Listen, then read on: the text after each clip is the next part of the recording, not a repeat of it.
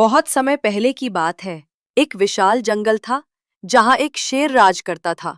वह न केवल ताकतवर था बल्कि बेहद लालची और धूर्त भी बन चुका था। समय के साथ वह शेर शिकार करने में आलसी हो गया। अब वह चाहता था कि शिकार खुद चलकर उसके पास आए। शेर ने अपने मित्र गीदड़ से कहा, देखो, मैं अब शिकार के पीछे दौड़ नहीं सकता। अगर तुम रोज मुझे एक जानवर पकड़ कर लाओगे तो मैं तुम्हें अपना मंत्री बना दूंगा और अपने शिकार में हिस्सा भी दूंगा। गीदड़ बहुत चालाक और स्वार्थी था। उसे अपनी पदोन्नति और भोजन में हिस्सा चाहिए था। उसने तुरंत हामी भर दी और जंगल में जानवरों को बहकाना शुरू कर दिया। वह कहता, हमारे राजा शेर को देवताओं ने दर्शन दिए हैं। अब वह सबको आशीर्वाद देना चाहता है। यहाँ यदि तुम नहीं गए तो अपशकुन होगा। भोले भाले जानवर इस चाल में आ गए। रोज कोई न कोई जानवर गुफा में जाकर शेर का आशीर्वाद लेने जाता और वहीं उसकी मौत हो जाती। जंगल में खौफ का माहौल बन गया था। कई जानवर लापता थे और कोई यह समझ नहीं पा रहा था कि हो क्या रहा है। तभी एक दिन जंगल में एक नई लोमड़ी आई। उसका नाम था चंचला। वह दूर के जंगलों से आई थी और बुद्धिमान मानी जाती थी। चंचला ने देखा कि जानवर डरे हुए हैं। कोई किसी से खुलकर बात नहीं कर रहा और हर तीसरे दिन कोई गायब हो जाता है।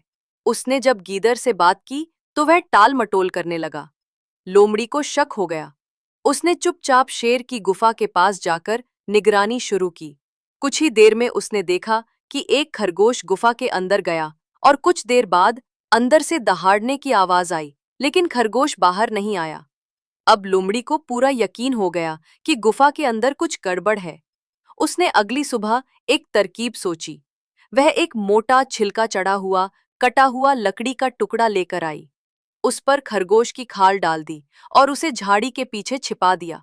इसके बाद वह शेर की गुफा के बाहर जोर से बोली, हे जंगल के राजा, मैं आपसे मिलने आई हूं और एक उपहार भी लाई हूं, आपके लिए खास, लेकिन आपको बाहर आकर इसे लेना होगा।